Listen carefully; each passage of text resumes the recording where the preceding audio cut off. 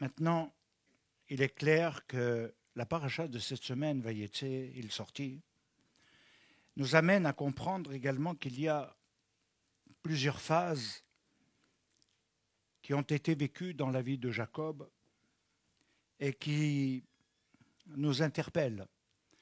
Il y a plusieurs temps. Il y a le temps de la fuite d'Ésav, qu'on appelle, nous, l'exil, la galoute. Et il va y avoir ensuite un combat qui changera toute la destinée de cet homme, mais aussi de l'humanité. Et dans un troisième temps, il y aura réellement un retour sur la terre. Et ce temps, juste un petit peu avant, au moment de ce combat entre Jacob et l'ange, eh bien, c'est ce qui définit quand même le changement de nom, mais également le fait que Ésav, Édom, a été vaincu. Et donc, nous savons que nous sommes de toute façon dans trois niveaux, Ishmaël, Édom et Israël, qui conduira à Gog et Magog. Alors, l'échelle de Jacob est ce moment de l'entre-deux, le moment de l'angoisse, le moment de l'incertitude par rapport à ce qui se passe, où il doit fuir la haine de son frère. Il ne peut pas l'affronter et donc il est obligé de fuir. Dans cette fuite, il est un peu désorienté et en même temps, Dieu va lui redonner le cap, même si ça va mettre beaucoup d'années, plus de 14 ans chez Lavan. Mais il reviendra. Alors, le titre pour M. Rachid, c'est l'échelle de Jacob entre temporalité et intemporalité. Il nous est dit que quand on étudie la Torah, ça va nous apporter un éclairage nouveau dans notre actualité. Ça va nous édifier, c'est clair, mais il faut aller au-delà de quelque chose qui édifie personnellement pour avoir une édification collective, mais un mouvement ensemble. Quelque chose qui peut être clé pour nos vies. Alors c'est pourquoi je vais aborder ce thème, ce passage, d'une manière peut-être un petit peu différente, parce que l'échelle de Jacob, on peut la traiter de 1101 manières. Et c'est inépuisable quelque part. Il nous est dit dans Bereshit au chapitre 28, versets 11 et 12, qu'il arriva dans un lieu où il passa la nuit, car le soleil était couché. Il prit une pierre dont il fit son chevet et il se coucha dans ce lieu. Il eut un songe, et voici, une échelle était appuyée sur la terre et son sommet touchait au ciel.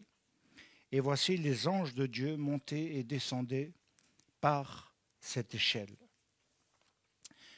Alors, c'est un passage très étrange, parce que c'est dans ce moment où il est peut-être le plus affaibli, Jacob, au travers de cette fuite qu'il a dû envisager à cause de la haine, à cause de la haine, à cause de la haine, à cause de quelque chose qui n'a pas été accepté,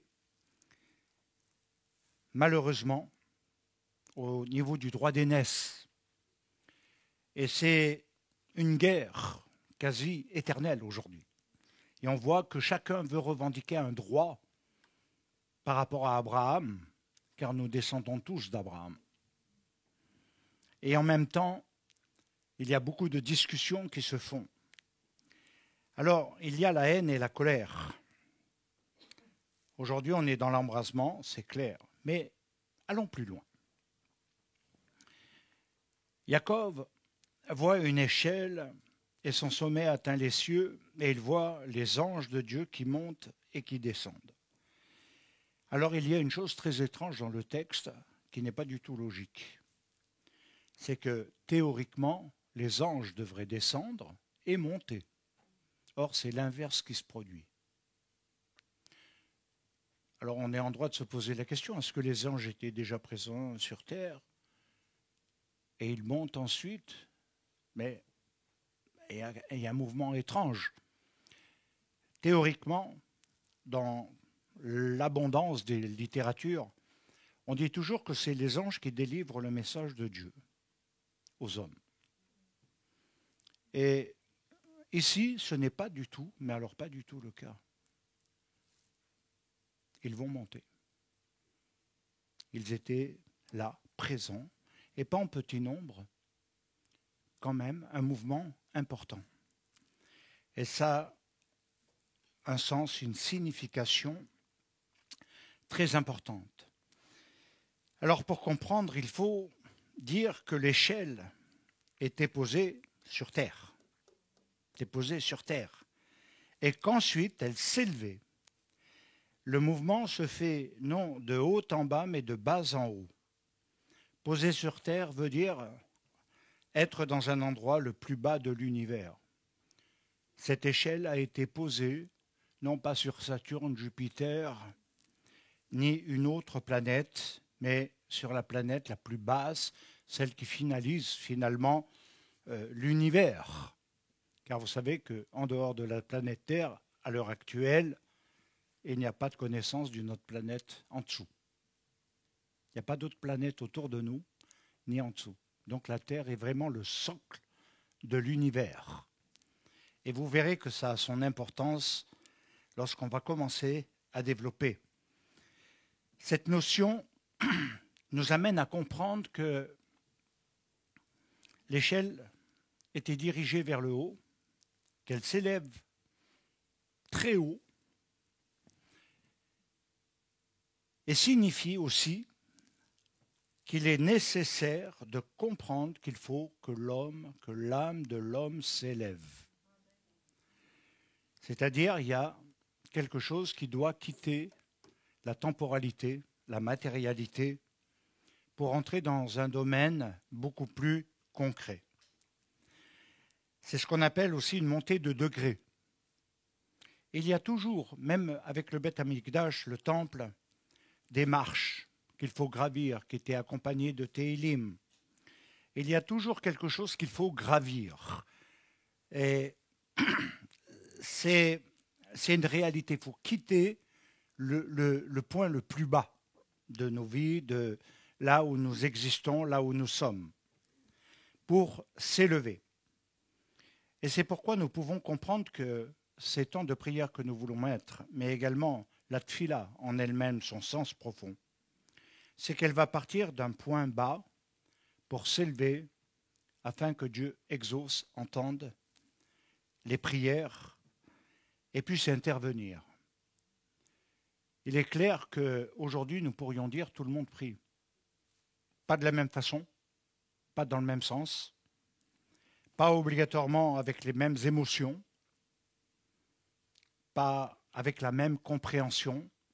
Mais ce qui est important, c'est de comprendre qu'à un moment donné, dans les moments les plus durs d'Israël, c'est la prière qui s'est toujours élevée qui a délivré ce peuple.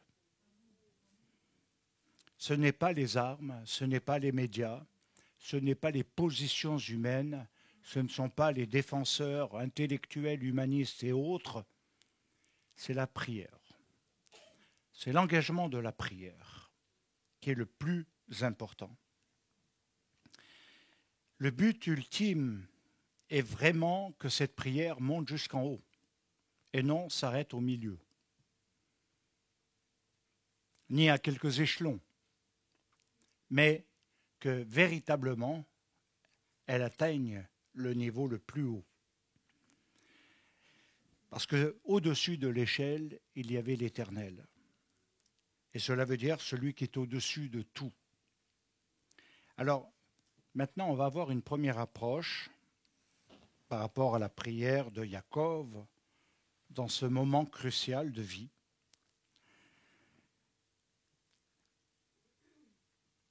Ça correspond d'abord à celui qui cherche réellement. Je dis bien qui cherche et non pas qui reste passif. Parfois, on peut remarquer une forme de passivité où on est dans l'intellectualisme des choses et pas dans l'implication du cœur. On n'est pas dans l'engagement. Alors on discute, on parle, on donne des points de vue, des opinions. Ce n'est pas la prière, ça. Allez dire à Dieu un point de vue. Voilà, Seigneur, mon point de vue, c'est que c'est pas juste.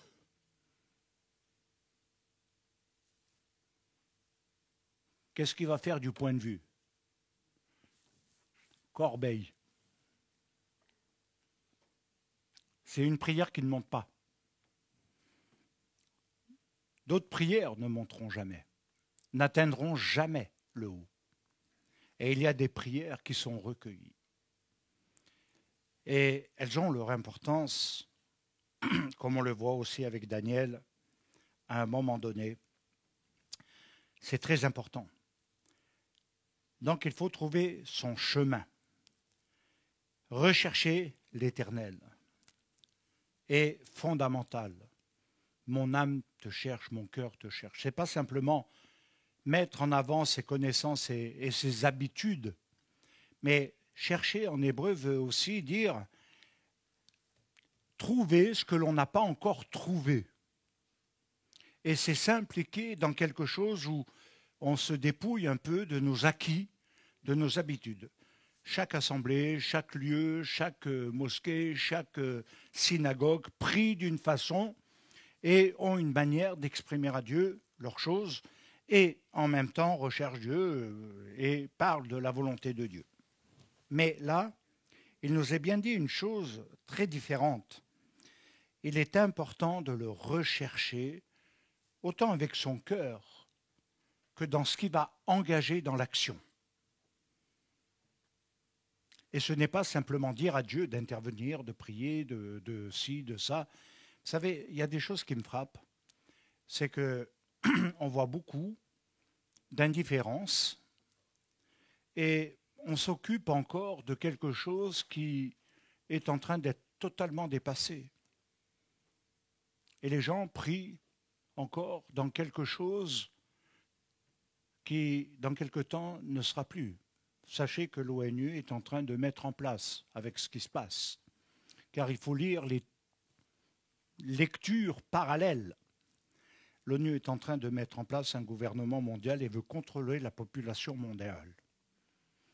Donc, la guerre, c'est une chose. Ce qui se passe, c'est une chose. Ce qui se prépare à un autre niveau est encore autre chose. Il ne s'agit pas de prier seulement pour que l'un gagne contre l'autre, ce qui sera également un signe par rapport à des événements clés. Mais il y a une autre guerre, peut-être plus grave, plus importante, plus conséquente. Alors, deuxièmement, c'est l'OMS. Et vous savez que ces deux organismes sont anti-Israël, mais anti-Israël comme pas possible. Et l'OMS veut exercer le contrôle international des hommes sur leur carnet de santé. Ils veulent, parce qu'ils n'avaient pas réussi à faire durant le Covid, obliger des vaccins. Il y a des choses qui vont arriver comme ça. Et il va y avoir encore plus de contraintes et de restrictions.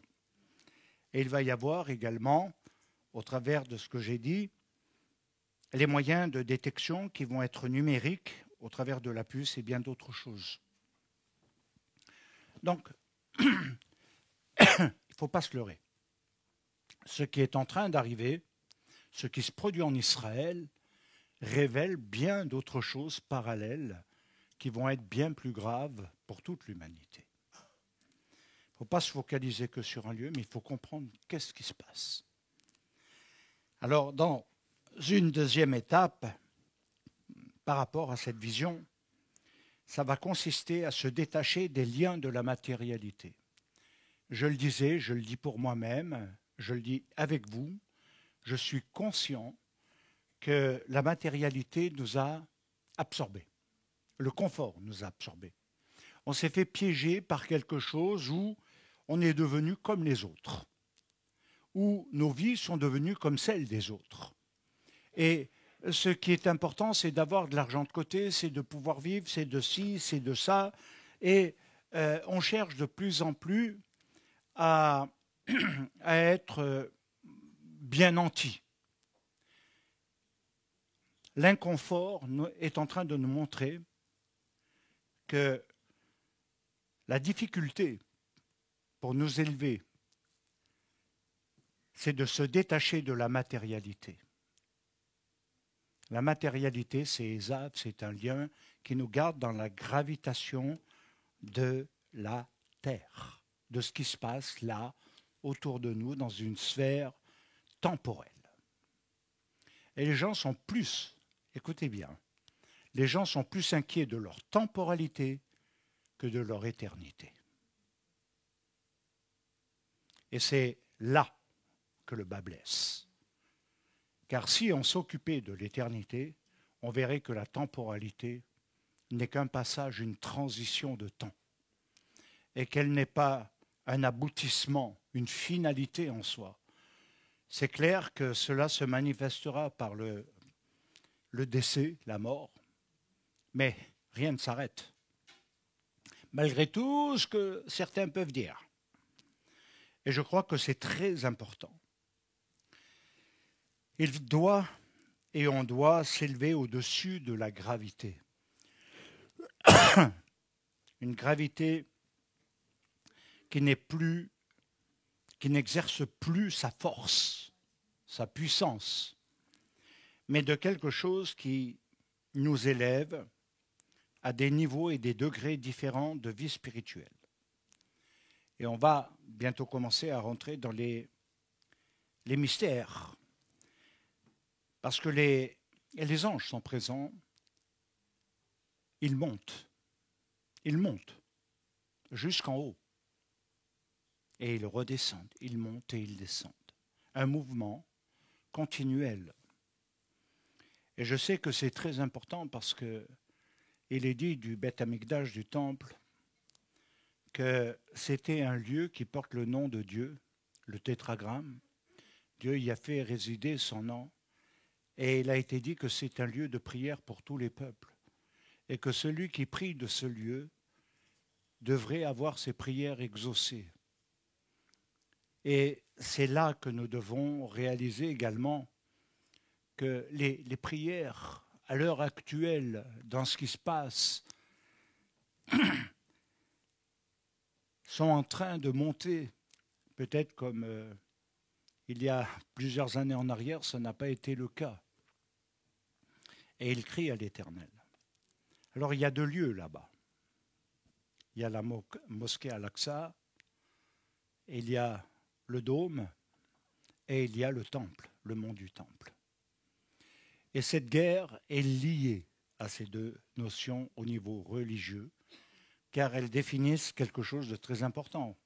Au niveau de la mosquée, c'est de là que le prophète Mahomet serait monté et parti. Et pour nous, c'est quelque chose qui est lié à l'histoire où Dieu a fait résider son nom.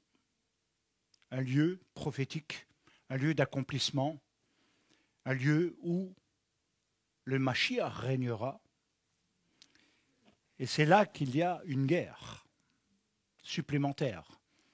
Ce n'est pas une guerre seulement physique avec les armes militaires, c'est aussi une guerre spirituelle. C'est aussi une guerre de religion, de revendication, car ce lieu est lié au mont Moria, qu'on appelle le mont Sion, et qui est en rapport avec Yitzhak, le père de Yaakov, au travers de la ligature, et que c'est ici que les choses se sont passées. Alors il est évident qu'il nous faut être plus attentifs que jamais. Alors c'est clair qu'il faut comprendre les différentes étapes, et j'en ai marqué 4. Dans un premier temps, elles vont toucher un peu pour l'édification chacun de nous, mais il y a 4 étapes également que nous devons réaliser dans notre humanité. C'est la première étape de la pensée qui doit être franchie, c'est-à-dire sortir du monde des perceptions et de sa réalité. Et c'est cela, le fait de quitter la gravitation, c'est quitter le monde de ses perceptions et de sa réalité.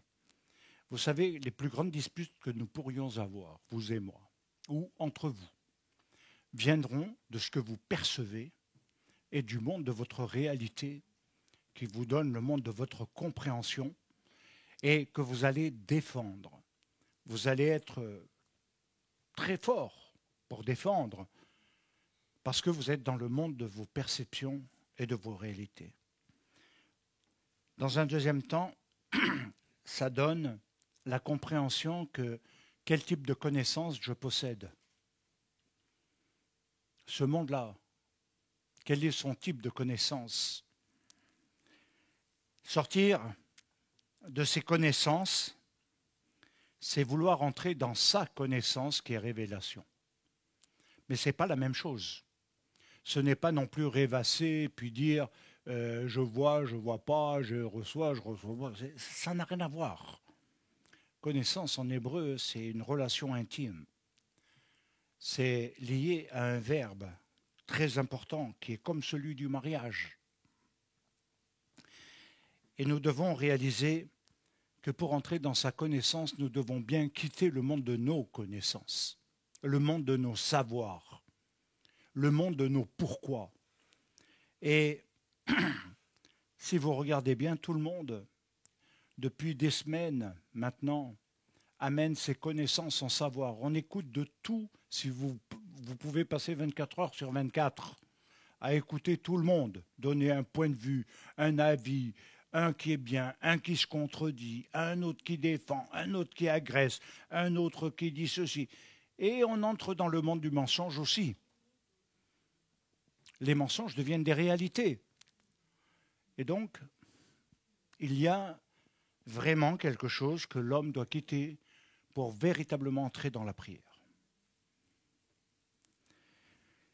Dans une quatrième étape, c'est sortir du monde pour être dans les sphères supérieures, celui qui est en relation avec le monde des anges.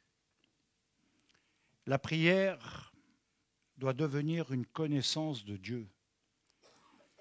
Si on prie celui que l'on ne connaît pas, qui prions-nous? Alors nous pouvons dire, je prie au nom d'eux. Vous savez, il y en a qui se sont fait ramasser dans le livre des Actes en disant, nous avons chassé au nom d'eux. Ce n'est pas parce que tu vas dire au nom d'eux que c'est un passeport céleste. C'est la connaissance de l'expérience vécue. Et elle nous conduit inévitablement à une autre dimension, parce que là, maintenant, dans le palier, quand on quitte la gravitation, il faut savoir dans quoi on entre. Il y a 4 mondes. Il y a 7 cieux, les 7 firmaments. Et on va toucher quelques points tout à l'heure, mais il nous faut comprendre que si nous quittons le monde de la gravitation, nous nous élevons dans un autre monde. Nous pouvons avoir encore les pieds sur terre et être en relation avec le monde d'en haut. Mais il y a quelque chose que nous devons savoir, c'est dans quelle sphère nous sommes à ce moment-là. Et cette sphère nous indique que c'est le monde des forces, le monde des affrontements. C'est-à-dire que ce n'est pas gagnant, perdant. C'est constamment quelque chose qui s'affronte et qui ne cesse de s'affronter et qui va avoir une influence dans le monde physique. Et comme il nous est dit, l'échelle, elle est en bas, mais la Jérusalem d'en bas est en bas, mais il y a la Jérusalem d'en haut. Et cela veut dire qu'il va y avoir le monde des forces qui va s'affronter. Le monde des forces, ça veut dire que, et il faut bien identifier, pas seulement un ennemi, mais le but du combat. Alors beaucoup, je le sais, pris d'une certaine façon, pensent que voilà, c'est la manière dont on a appris à prier qui est la meilleure que celle de l'autre.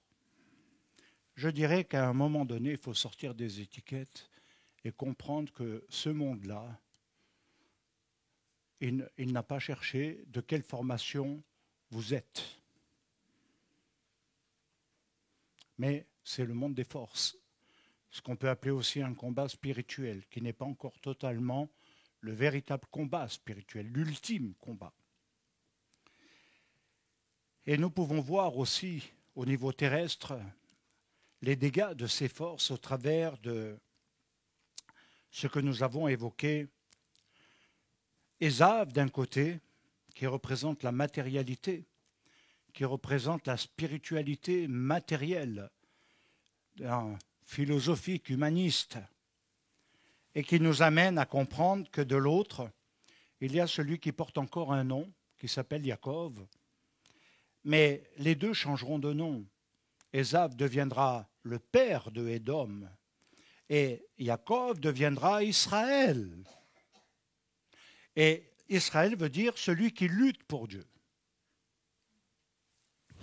Alors que Édom donne le sang, le roux, la dame. Et il parle de quelque chose qui est sanguinaire, cruel, et qui s'est vu. Si vous prenez, quelle que soit la fierté de la religion à laquelle vous appartenez, prenez dans toute l'histoire, les guerres sont toujours présentes dans toutes les religions. Le monde arabe a souffert, comme les Juifs, des croisades, des inquisitions. Et demandez à des Arabes qui ont cela dans l'histoire, et vous verrez que le monde chrétien n'a pas toujours eu la guerre de l'amour, ni le monopole, mais celui de l'épée, celui de l'antisémitisme. Et ça, c'est Édom. Et d'un autre côté, nous voyons que pour Israël, ça a été pareil. Et il y a quelque chose qu'un ami disait. Il disait, de toute façon, qu'est-ce que nous avons été, nous, dans les nations? Qu'est-ce qu'on a été, nous, en France, pour que la France se permette de nous juger sur nos actions aujourd'hui, après la Shoah, après nous avoir mis dans les fours crématoires, après nous avoir vendus, après nous avoir mis dans des convois comme des bestiaux? Quelle leçon doit-on recevoir? Alors bien sûr que vous me direz, ce n'est pas tout le monde qui a été comme ça. Des Juifs ont été sauvés. Il y a des justes dans les nations, il y a des tzadikim. Et gloire à Dieu et merci Seigneur qu'il y ait des personnes qui ne se sont pas laissées happer. Même des prêtres ont donné leur vie. Et ont accepté d'être embarqués comme les Juifs dans la Shoah. Mais la plupart dénonçaient les Juifs, qui étaient leurs voisins, à qui ils avaient demandé des services et qui avaient rendu service, parfois des médecins. Allez comprendre. Et ceci démontre que on ne peut pas reprocher à Israël de se défendre contre la terreur. Les maladresses, ça c'est une autre question, c'est un autre débat. Mais en même temps, il nous faut comprendre que Ésav est en train d'être un peu sur la sellette, indirectement, mais il agit par l'ONU, il agit par les autres organismes, alors qu'Ishmaël est en train d'agir de manière frontale, car comme avec Israël, ils attendent leur Mahdi, ils attendent leur Messie, ils sont pour eux dans l'eschatologie, ils sont dans quelque chose qui va s'établir, et là on est dans le monde des forces, et va remettre en question les croyances. D'ailleurs, j'ai pu voir que beaucoup n'ont pas de réponse, ou ont peur de se prononcer. La culture du triomphalisme est en train de baisser. Alors on essaye de la montrer d'une manière émotionnelle dans des trucs, mais elle ne donne pas de réponse. Et c'est pourquoi il nous faut aller vraiment plus loin. Parce que nous allons arriver de toute façon, après la guerre d'Ishmaël, à cette guerre de Édom, qui va modifier, changer totalement les choses. Alors, en même temps, il faut comprendre que quitter le centre de la gravité, c'est quitter le monde du raisonnement. Et la raison. Vous savez, on peut être très intelligent, très intellectuel, avoir un bon raisonnement qui semble sage, mais il n'est pas dans la révélation. Et le raisonnement est une substitution à la révélation divine. C'est un blocage. Pourquoi ? Parce que la raison, le raisonnement bloque le cœur. Et j'ai connu des gens qui, quand ils sont trop dans le raisonnement, ne ressentent rien. Ne venez pas me dire qu'on ressent quand on est dans le raisonnement. Quand on est dans ses connaissances, on ne ressent pas. On cherche pour soi-même quelque chose, mais on ne ressent pas. Alors, ça constitue un blocage, mais ça va plus loin parce que ça fausse la manière de prier. Alors maintenant qu'on a entré dans cette introduction, j'aimerais dire que, en fait, cette échelle de Jacob va nous demander de traverser les 4 mondes que je ne vais pas développer aujourd'hui. Je me suis orienté sur un autre axe. Et pour être dans le renouvellement de l'intelligence, dans quelque chose qui devient nouveau, neuf, réel, et qui n'a plus d'historique comme Jacob devenant Israël. Effacer l'historique, la programmation reçue dans le cerveau. Et c'est maintenant que nous voulons aborder un deuxième volet, parce que ce deuxième volet va nous amener dans la compréhension du mystère de l'échelle. Et comme je vous l'ai dit, il y a 4 mondes. C'est pourquoi, dans ces niveaux-là, l'âme, la neshama, doit s'élever pour atteindre le 5e niveau, celui où Dieu est tout en haut. Le au-dessus de l'échelle, le lieu de la vie.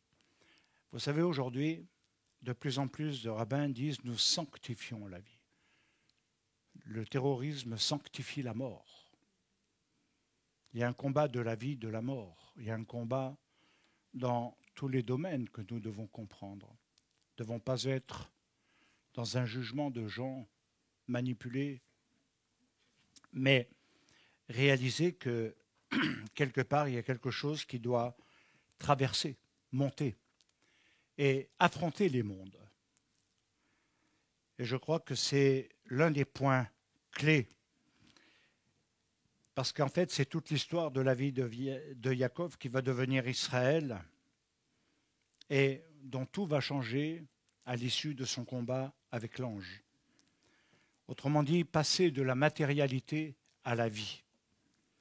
Alors nous pouvons définir ceci par le fait qu'il y a le règne supérieur, le règne intermédiaire et le règne intérieur. Ce qui donne, au travers de cela, Neshama, Ruach, Nefesh. Neshama, c'est l'âme qui a été façonnée par Dieu. Ruach, c'est le souffle de vie. Nefesh est issu de la glaise, c'est une vie physique, biologique, appelée âme animale par Shaoul de Tarse. Pour ceux qui ont du mal à comprendre le langage rabbinique de Shaoul, c'est important de savoir de quoi il parle. De l'âme animale. Et en fait, la nefesh, elle est en lien avec les fonctions de la respiration, de la circulation sanguine, etc., ce qui est l'homme sur Terre, dans son identité. Ruach est Nishmat Chaim, le souffle de vie. Il se définit par Nishmat, ce qui construit. Ruach, c'est Nishmat, c'est ce qui construit. Nishmat, c'est donc être dans l'état construit de la neshama. On l'appelle également l'âme émotionnelle.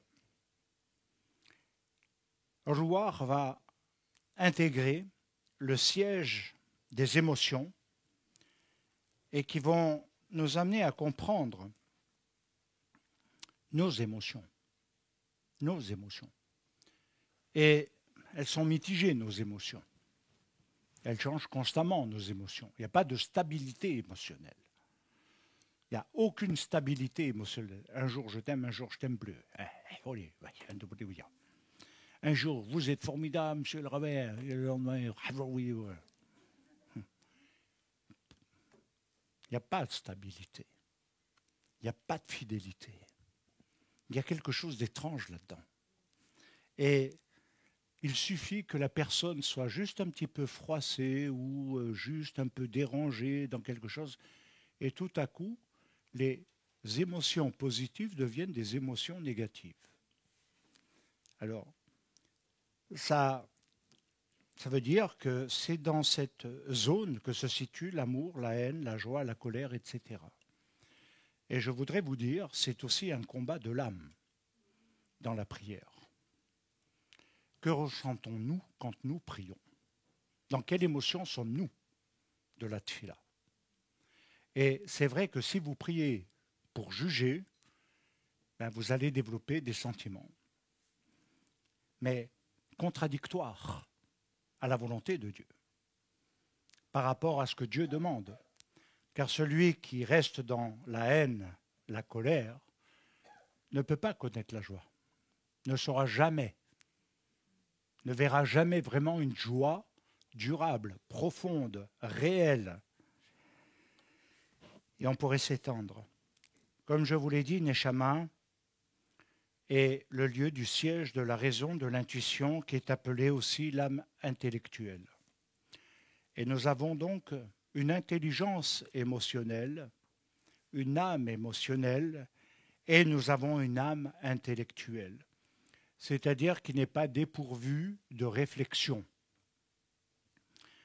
Et c'est à cela très souvent que Dieu fait appel en nous à notre raisonnement. Quand il veut nous ramener, nous corriger, il ne fait pas appel uniquement à quelques émotions que nous avons traversées, mais à notre façon de penser, à notre façon de raisonner, à notre façon d'établir nos émotions. Et c'est comme ça qu'on peut se rendre compte, même lorsque l'on fait Yom Kippour, la difficulté de vouloir entrer dans un pardon par rapport à quelque chose qui ne correspond pas à nos émotions de la justice et qui ne correspond pas à l'offense ou le préjudice que nous avons subi. Alors, on va devenir quelqu'un d'un peu bloqué et puis on va dire « excuse-moi, mais je ne te pardonne pas ». Qu'est-ce que ça veut dire? C'est pas un traité de paix que Dieu nous demande. Mais voilà où se situe un troisième niveau de la tfila, d'affronter ce monde-là, parce que je peux vous dire que c'est un vrai travail de psychologie et spirituel sur soi, de s'abandonner, de se quitter, de se laisser. Et je vais vous dire un secret qui a été le secret de ma vie et qui a beaucoup compté pendant des années quand j'ai rencontré Mashiach. Ça a bouleversé, ça a été un choc à tous les niveaux, une remise en question totale du fonctionnement de vie, mais de pensée, de tout. Et ce qui s'est produit, c'est que le secret que j'aimerais vous donner, ce n'est pas en passant 10 minutes que vous allez y arriver. Ce n'est pas en passant une demi-heure. Ce n'est pas en passant 1 heure. Ce n'est pas en passant 4 heures. Je vais vous dire, à un moment donné, il faut savoir se mettre même sans parler. Parfois, vous parlez trop pour répéter les mêmes choses, pour redire les mêmes vaines redites qui n'ont pas de sens et qui ne sont que des expressions verbales, mais pas obligatoirement, profondément des entrailles. Et pour cela, il faut impérativement se mettre à plat dans le silence, en laissant le temps passer. Alors bien sûr, tout va défiler. Tout va défiler. Vous allez penser à 100 000 choses. Vous allez commencer à être fatigué, mal aux genoux, des trucs que vous n'avez jamais. Vous allez commencer à vous agiter. Je vous le dis, restez, restez, restez, restez. Et c'est un exercice. Parfois, ça prend 8 heures. Parfois, ça peut prendre des jours. Mais c'est ainsi que la Neshama va quitter ce que nous n'arrivons pas à vaincre, que les psys n'arrivent pas à vaincre, que la médecine n'arrive pas à vaincre, et qui parallèlement rend malade le corps physique. Donc, il y a un combat qui est à mener, qui est supérieur à celui de simplement prier pour ses biens, ses besoins personnels, comme nous disons la Parnassa, pour la subsistance, pour nos réussites, pour être bien, pour ne pas qu'il y ait trop de problèmes, pour que j'ai un avenir, que je trouve le bon mari, la bonne nana, la bonne femme, que je trouve, voilà. Vous voyez comme des fois on parle trop vite. Et je crois que c'est ça qui est troublant. C'est que, bien sûr, mais lorsque on entend souvent les prières, ça gravite autour de ça. La matérialité. La matérialité, garde-moi, comme si nous allions être éternels. Donc ce niveau est fondamental et important. Le niveau de la Neshama est fondamental. Mais il y a le niveau de Chaya, la vie, l'âme de vie, qui se différencie des autres niveaux de la fonction. Parce qu'elle ne va pas toucher les fonctions purement humaines dans ce que nous sommes, dans nos identités émotionnelles, spirituelles, spirituelles dans certains sens, ou matérielles. Mais là, c'est l'âme spirituelle qui va aller au-delà du monde des perceptions, qui va aller au-delà. Acquérir ce niveau n'est pas obligatoirement quelque chose que l'on va acquérir en disant « Seigneur, je veux acquérir ce niveau, merci, je crois, j'ai la foi. » Non. L'acquérir, ça veut dire se combattre. Et souvent, on identifie l'ennemi chez l'autre, mais l'ennemi, il est en toi. L'homme fort, il est en toi. Celui qui garde lié, il est en toi. Il n'est pas en extérieur. Et tu lui donnes la force que tu veux lui donner dans la matérialité, mais il y a un autre niveau à passer. Chaya, c'est l'âme de vie, l'âme spirituelle qui va au-delà du monde de nos perceptions, parce que c'est celui qui va nous permettre d'acquérir et d'entrer dans Yechida. Et Yechida, c'est l'âme spirituelle, c'est celle qui réellement unit le haut et le bas de l'échelle, l'homme à Dieu, et où il y a véritablement une relation. Alors, je vous invite, même si vous dites « je ne sais pas comment prier », écoutez, on va mettre les pendules à 0. Et vous allez simplement, de manière simple, vous mettre à part. Et même si vous n'avez que Alléluia dans la bouche, dites Alléluia. Ne cherchez pas à forcer Dieu ou à vous forcer. Laissez faire la chose. Mais entrez jusqu'à ce qu'il y ait sa shrina, sa présence, quelque chose qui va modifier ce passé, qui ne va pas être simplement l'émotion par stimulation psychique, qui ne reste pas, mais l'émotion du ciel donne la mémoire de l'expérience. Yechida, c'est l'âme spirituelle, c'est l'âme de vie par excellence. Et c'est l'âme qui va connaître la résurrection et la vie. C'est Yechida, le plus haut niveau. Parce qu'elle forme aussi les Chad. Et elle n'est plus dans la temporalité, mais dans l'intemporalité. On est sorti de quelque chose qui, finalement, se distingue dans une vie qui n'est que matérielle et temporelle, où on attend sa petite mort. On essaye de guérir pour vivre plus longtemps. On essaye d'acquérir des biens pour essayer de transmettre. Et puis voilà, le but de la vie, il est atteint. Hein, c'est bien ça. Derrière, personne ne pense à ce qui sera après. Parce que personne dans le monde occidental n'est formé à ça. Ils en parlent, ils en tchatchent en doctrine, mais ils n'ont rien compris à ce que ça veut dire. Et je crois que c'est très important. Maintenant, écoutez bien. L'acronyme formé par les 5 niveaux que je viens de mentionner, ils vont former le mot Nerané, qui sont en relation avec les 5 partsoufim, c'est-à-dire les 5 faces, waouh, les 5 visages que je n'ai pas le temps de développer. Mais vous savez que panim al panim, c'est les faces contre les faces.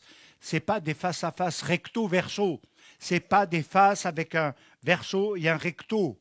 Ce sont des faces à face, des visages, des partsoufim qui sont très différents. Et c'est là que nous devons comprendre que l'échelle était solidement ancrée sur la terre et qu'il fallait s'élever. L'effort est nécessaire. Le prix à payer est nécessaire aujourd'hui. Si le mal a triomphé, si la criminalité a augmenté, si les escroqueries et tout ce que vous voulez remplir le monde, c'est que quelque part, le mal a pu progresser. Il a pu prendre la place. Corinne. Il a pu prendre la place. Et merci beaucoup, Babi. C'est une réflexion à avoir. Le triomphalisme et tout ce qui se passe en interne, à l'intérieur d'un local, n'est pas du tout significatif de l'impact extérieur. Et ça, je l'ai vérifié depuis 40 ans. Donc au bout de 40 ans, je pense qu'on a un regard, un point de vue.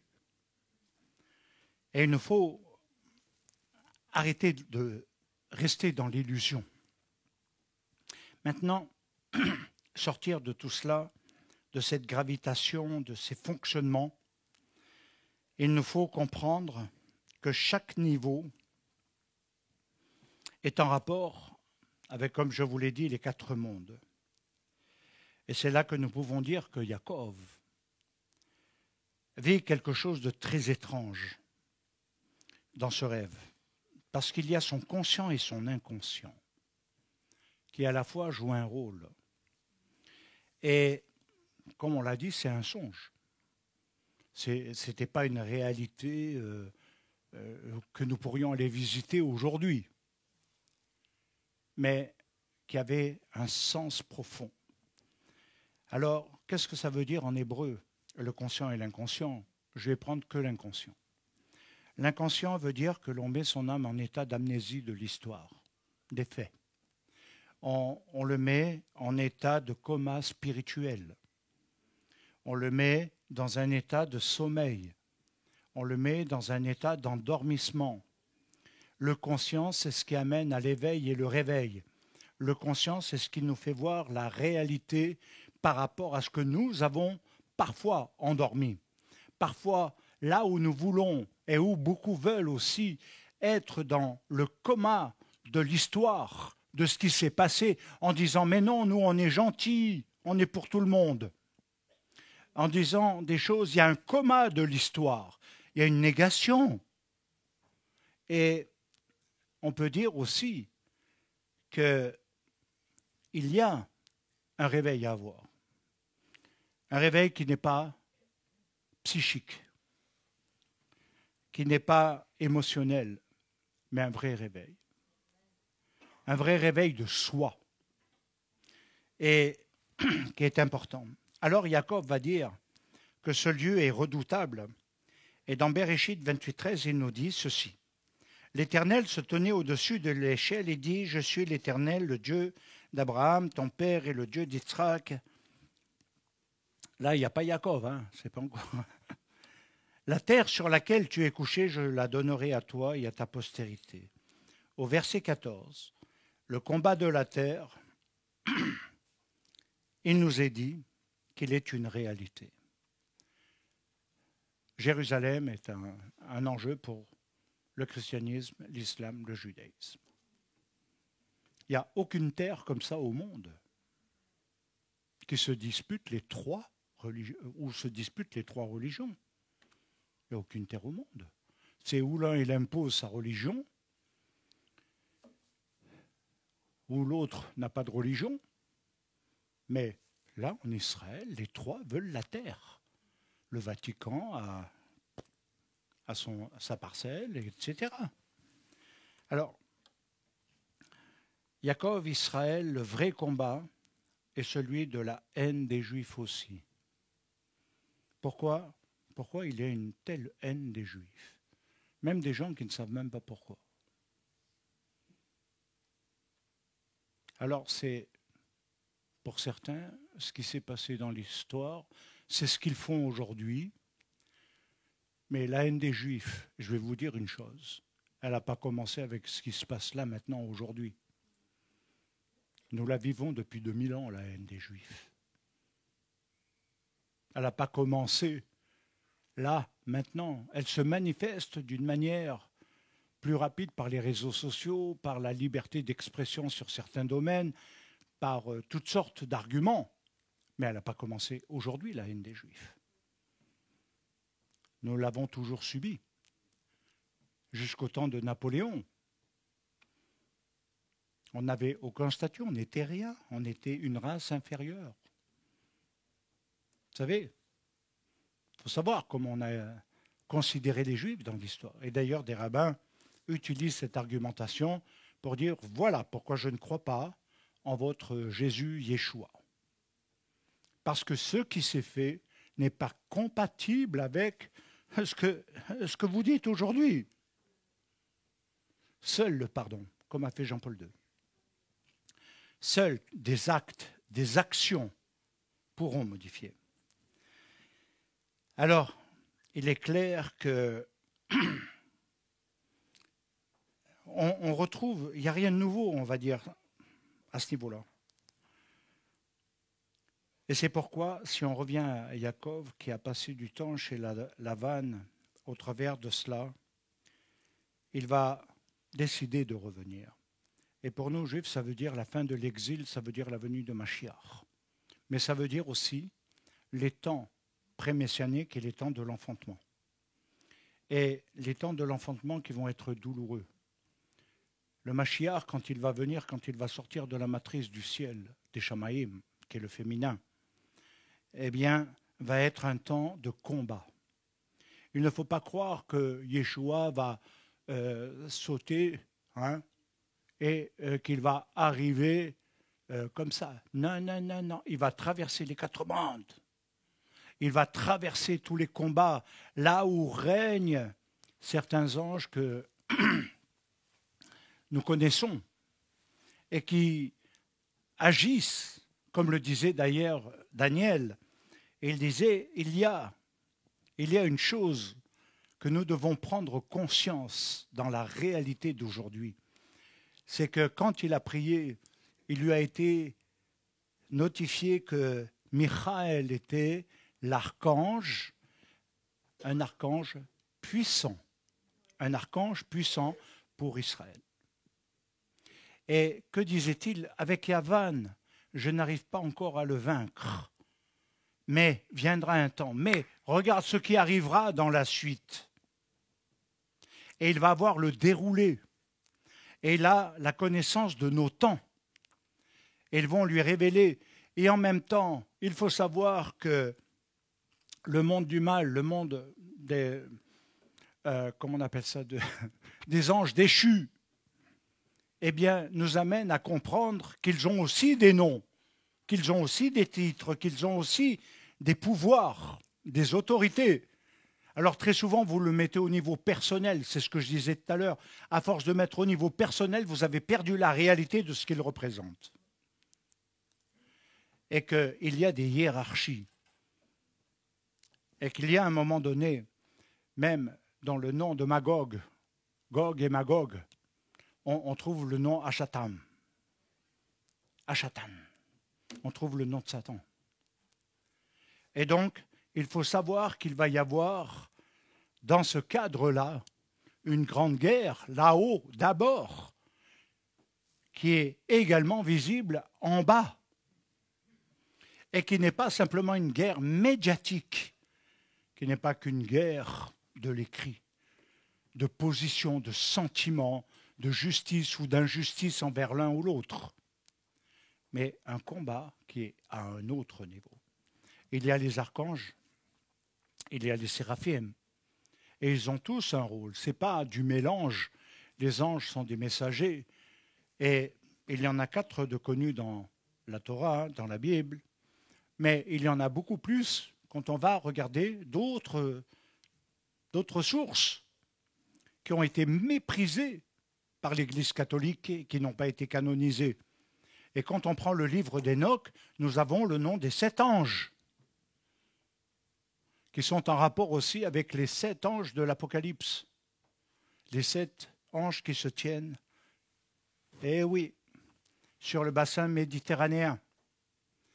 Et il faut savoir que beaucoup ont limité, parce que certains ont décidé pour vous. Vous savez, j'ai fait 50 théologies et je sais très bien comment les choses ont été canonisées, validées. Et aujourd'hui, il y a une réalité qui se passe par le monde musulman, c'est qu'ils vont remettre la Bible en cause. Le fondement de la croyance chrétienne va être remis en cause de manière royale. Et donc, parce qu'ils vont dire, d'où tenez-vous que la Bible est la seule vérité ? Qui répond à ça ? À un musulman intellectuel, largement bercé dans les Écritures. Vous lui répondez quoi ? Ah, Jésus m'a révélé. Ah, vrai. Qu'est-ce que ça veut dire ? Lui, il veut dire c'est pas là-dessus. Il va y avoir, et vous comprenez maintenant l'enjeu. D'abord, c'est nous. Après, c'est vous. Et c'est presque vous maintenant. Ne vous trompez pas. Ne vous leurrez pas. Le confort sera terminé. Mais il nous faut savoir qu'effectivement, les temps de la fin, ce n'est pas seulement quelques compréhensions bibliques, c'est une guerre finale qui va établir le règne du Messie. Et c'est quelque chose d'important. Alors pourquoi ? Quand il décide, Jacob, de revenir pour mettre fin à l'exil, il déclenche les guerres, il déclenche encore plus la haine. Sachez qu'Ésav était venu contre lui avec des armes et beaucoup d'hommes. Et que Jacob n'avait que quelques membres de la famille, aucun guerrier. Il n'avait rien, Jacob. Et c'est là que nous devons comprendre le combat final. Jacob qui combat l'ange et toute une nuit et qui va tout transformer. C'est vrai qu'on est dans la nuit de l'angoisse. C'est vrai qu'on est dans les temps de ténèbres. Mais le jour se lèvera. Le soleil de la justice se lèvera. Allons plus loin. Ce n'est pas simplement la zone géographique qui est concernée, c'est le combat entre le Olam Hazé, le monde d'ici-bas, par rapport au Olam Haba, le monde d'en haut. Alors si on regarde de plus près, je suis conscient que l'heure passe. Il est dit dans Bereshit 27.3, « Maintenant, prends, je te prie, tes armes, ton carquois et ton arc. C'est Yitzhak qui parle à Ésav. Alors vous allez me dire, ce passage, il ne reflète pas grand-chose. Et pourtant, il est clé. Il est clé. Parce qu'il y a un terme énigmatique dedans. Un terme unique dans toute la Bible et la Torah. On ne le trouve qu'une fois. Et il est dit, prends tes armes. Donc tes armes, c'est Elecha, Telecha, pardon. Et prends ton carquois. C'est ce dernier terme qui est important, Telecha, parce qu'il vient de la racine tala, qui est le verbe qui veut dire suspendre, suspendu. Et ton carquois, c'est Téli. Ton carquois littéralement, c'est Téli. Il est dit dans Job 26,7, c'est lui qui a suspendu, écoutez bien, le septentrion sur le tohu suspendu, c'est le terme tala. La terre sur le néant, sur la bélima. Et je crois que c'est très important, parce que cela signifie que le carquois, normalement dans nos compréhensions, c'est ce qui va contenir les flèches, normalement, à l'époque pour aller à la chasse. Mais le terme carquois, c'est Téli. Et Téli nous amène à comprendre suspendu à rien. Le Téli est un axe qui permet de nous recentrer malgré le chaos et le néant des pensées. Ce qui le rend encore plus mystérieux, c'est que c'est de ce Téli qu'il est identifié à un terme qui lui est donné, fondamental, le serpent fuyard. Dans Job 26, 3. Son souffle a clarifié les cieux, sa main a transpercé le serpent fuyard. Littéralement, avec Téli. Les Juifs donnaient deux noms au terme du serpent et de serpent fuyard. Le Nachash, et Téli, littéralement, pouvait signifier le Nachash, le serpent dragon. La valeur numérique de serpent, c'est 358, et la valeur numérique de Mashiach, c'est 358. En même temps, ce sont les côtés opposés. C'est réellement les contrefaçons, le faux Messie qui doit arriver, le faux Messie qui est en train de prendre place dans le monde parallèlement à tout ce que l'on a dit et qui est en train d'amener quelque chose où les gens vont tomber dans l'illusion. C'est ce qui va arriver. Ce sont les côtés opposés, les côtés d'aujourd'hui. Le passage de Bamidbar, chapitre 21, verset 9, il est dit, Moshe, il fit un serpent en bronze, le mit sur la perche, et si le serpent mordait un homme, il regardait vers le serpent de bronze et vivait. Le Nachash donne la mort. Il pique, il donne la mort. Mais dans le passage, il nous est dit que Moshe a fait un Nachash dans le bon chiffre 358.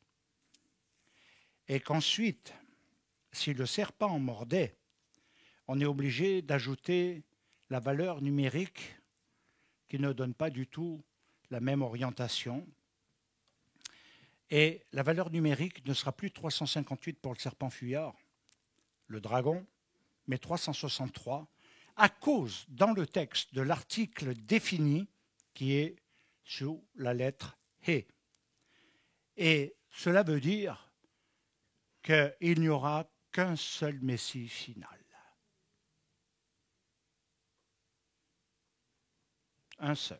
Un seul vrai Messie contre la contrefaçon d'un Messie.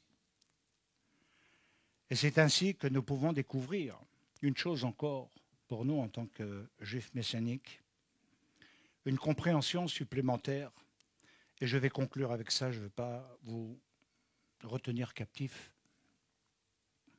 où il nous est dit dans Yohanan 3,14, de même que Moshe éleva, c'est pour ça que c'est important, le serpent dans le désert, de même il faut que le Fils de l'homme soit élevé, afin que quiconque croit en lui, pas le bon terme, pas le bon terme. C'est pas je crois, merci, je suis sauvé.